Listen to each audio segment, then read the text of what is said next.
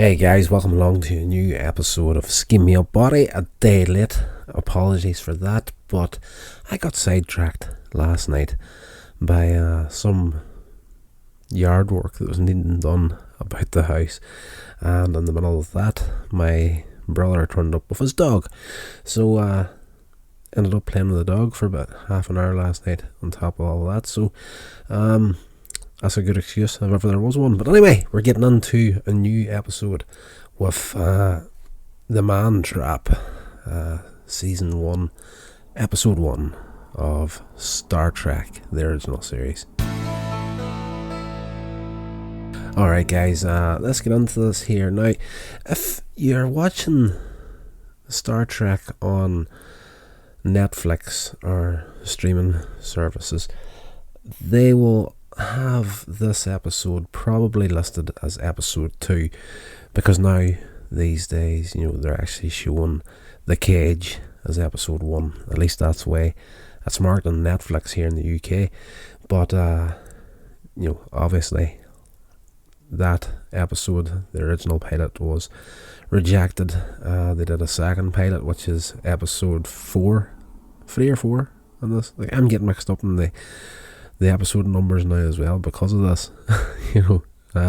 So I'm going by the original way that it came out. So this was the first thing we ever seen on television from Star Trek, and the reason why the second pilot is actually episode 3, I want to say at this point, is because, if memory serves right, maybe you're wrong on this, but just trying to go by memory, I do believe I read somewhere that the story of Where No Man Has Gone Before,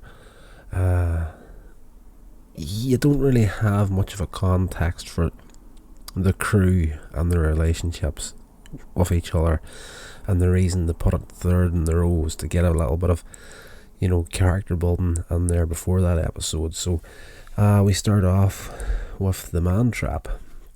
In this episode, the crew visit an outpost on planet M113 to conduct routine medical exams on the residents, only to be attacked by a shape-shifting alien who kills by extracting salt from the victim's body. This, in all honesty, going back on to watch it tonight, I needed to really get a refresher on it before I went into it, and this episode is so much better than what I remember it being. I think the last time I went through the next generation, the last time I went through the original series was quite a few years back, and back then I think maturity was playing a part on it, but I think back then it was just more in the mindset of watching more action-packed things. And Star Trek is an awesome series, but action-packed episodes aren't the real meat and potatoes of Star Trek. Anyway, at the beginning of this episode, Kirk and McCoy and another officer of the Enterprise beam down to a planet. Professor Robert Crater and his wife Nancy, who operate an archaeological research station there. Kirk and Dr. McCoy, crewman Darnell, they come to begin these medical procedures, but the first person they come across is actually Professor Crater's wife, Nancy. Now, as a viewer, we see with each person that she interacts with, we see a different woman, or that character sees a different woman. So, McCoy, this woman Nancy, was actually a past love of his, and they split up 12 years previous. She went and she married this professor, and this is the first time McCoy has seen her. in years, and he comments that she doesn't look a day older than the last time he seen her, and that there's not even a grey hair to be seen. But Kirk comments he sees pretty much the same woman, but there's more grey hair there. He's seeing a different version than McCoy, and the other crewman Darnell, he sees a young blonde woman, and so Nancy goes off out to fetch her husband, and she beckons Darnell to follow him. Professor Crater, he's reluctant to be examined, telling Kirk that they only require salt tablets. That's a big part in this episode, the salt tablets. That's the big clue. Before McCoy can complete the examination, they hear Nancy screaming outside, and they find Darnell dead with red ring light, I meant to say there. I was actually setting up a new part of the vlog studio here today, and I'm literally just finished working with a new ring light, so that's where I just got mixed up in my notes. They found ring-like molting on his face, a plant root in his mouth, Nancy standing over him saying that she was unable to stop Darnell from tasting the plant. Back in the Enterprise, Spock analyses the plant, and he confirms that it is poisonous, but that the molten is not a symptom, and there's no way he could have died from poisoning. McCoy, he conducts a medical exam, and together with Spock determines that all the salt was drained from Darnell's body. In response to that, Kirk transports back down to the planet with McCoy and two crewmen, Green and Sturgeon.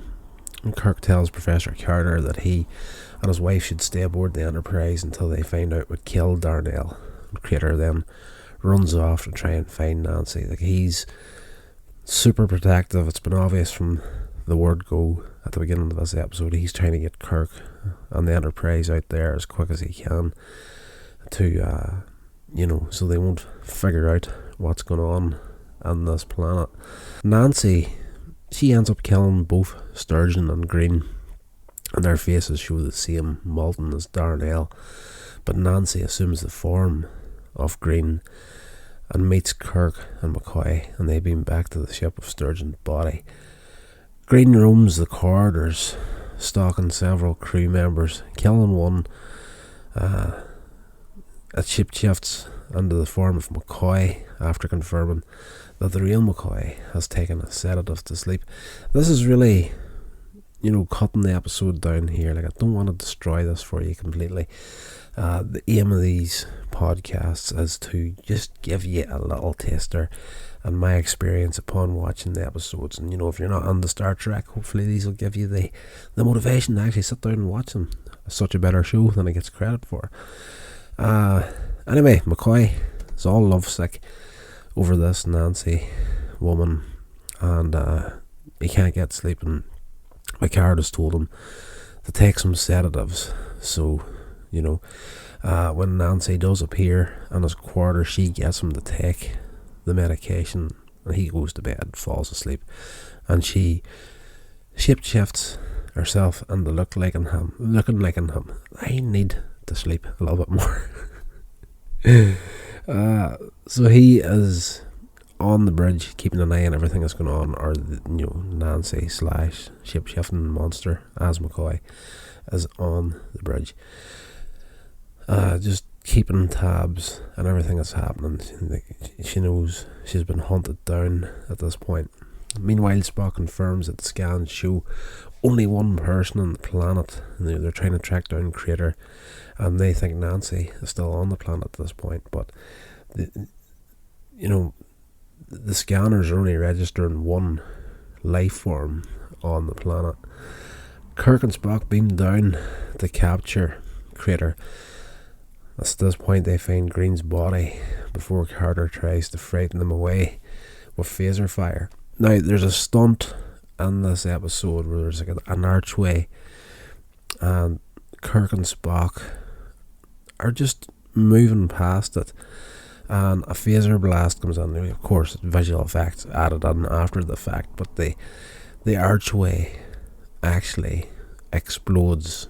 It's an actual real explosion. The whole thing disintegrates, and it's a studio. It's not real rock, but the explosion was incredibly close to William Shatner in this sequence, and I would say no more than probably 4 to 5 feet away from him.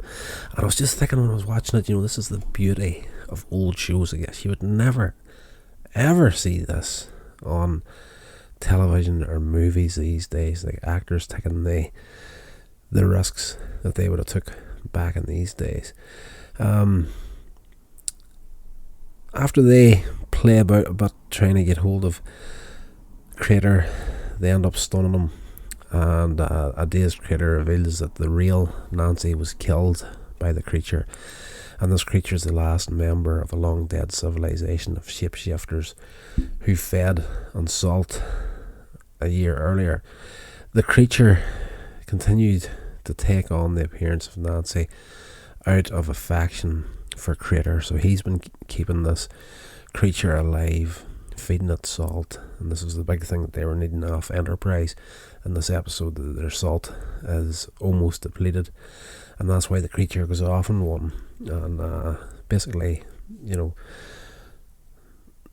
trying to survive is basically where this creature's at. Comparing it now, and the beautiful end of this episode, he compares the creature to the now extinct buffalo. Kirk informs the Enterprise of the creature's intrusion, and the landing party and Crater transport back to the ship. Crater refuses to help them identify the creature. He's been around it long enough now to know when it's in a room and it's assumed the shape of someone else. Professor Crater can tell if it's the creature or not, and at this point they're all in the room around the table, and McCoy, the creature as McCoy, is sitting beside Crater, and he realizes the creature is sitting right beside me, but I'm not gonna give it up. And so Kirk orders McCoy, the fake McCoy, to administer truth serum to Crater to get the truth out of him. Kirk gets called to the sickbay to find Crater dead and Spock injured. The creature has just lost it at this point. It doesn't know what to do. But Spock's Vulcan blood made him incompatible with the creature's needs. It changes back into the form of Nancy again and goes to McCoy's quarters, where she wakes him up and she's panicking. She's like, they're trying to kill me, help me, sort of thing. And Kirk arrives with a phaser to provoke the creature, the creature into attack. And when I get tired, my words don't come out properly. I do apologise.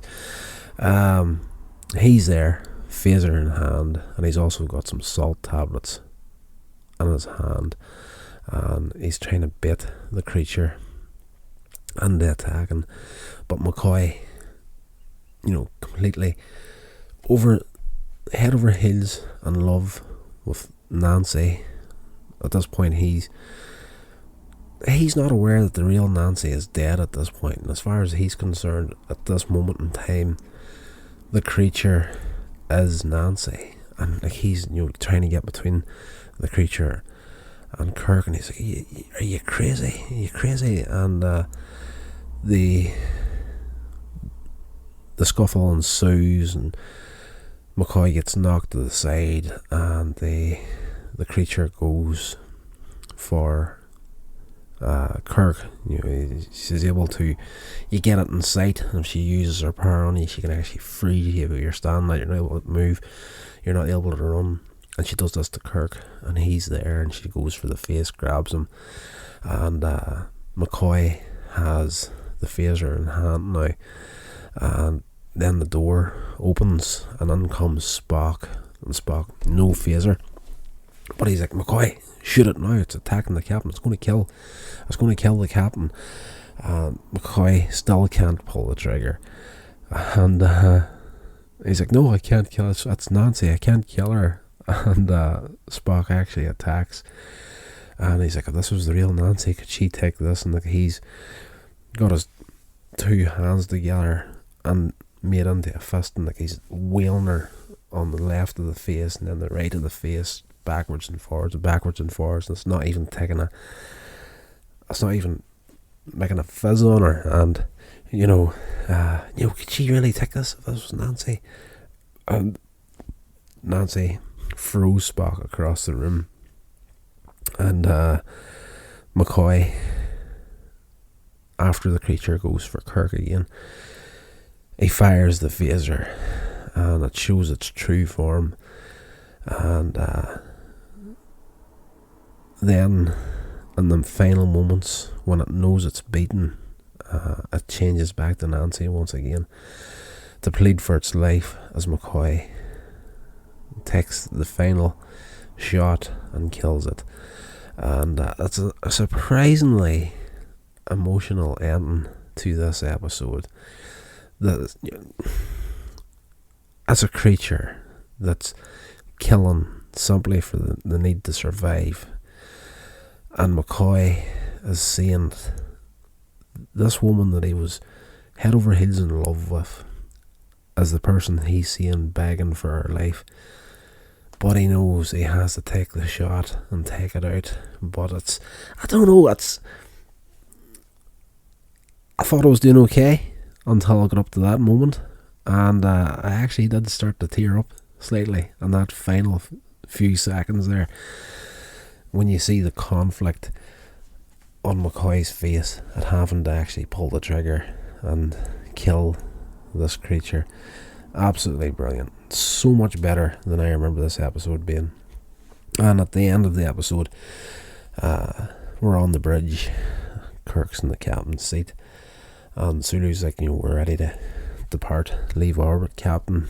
He's waiting for the command to leave, and Kirk is kind of zoned out, and he's just kind of staring out into space.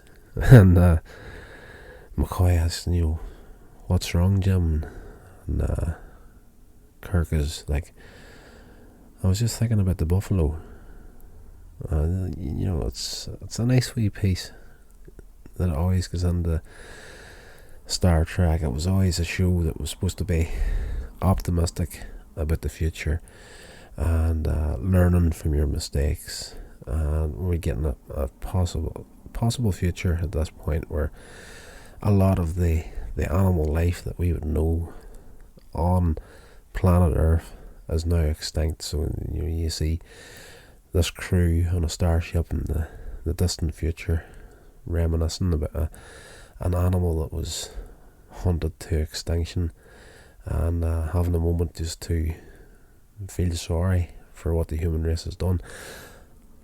Oh gosh, I love Star Trek so much. It is an epic show, and if you do happen to be getting your first taste of Star Trek through these podcast episodes, I really appreciate you for being here and listening to it, and please feel free to share it along. Sharing is caring, and it's the only way we can build this thing to any sort of momentum. And yes, guys, thank you so much for checking out the podcast, and I will be back on Tuesday with some more Star Trek Picard. This has been a production of Coins Age Media. Thank you so much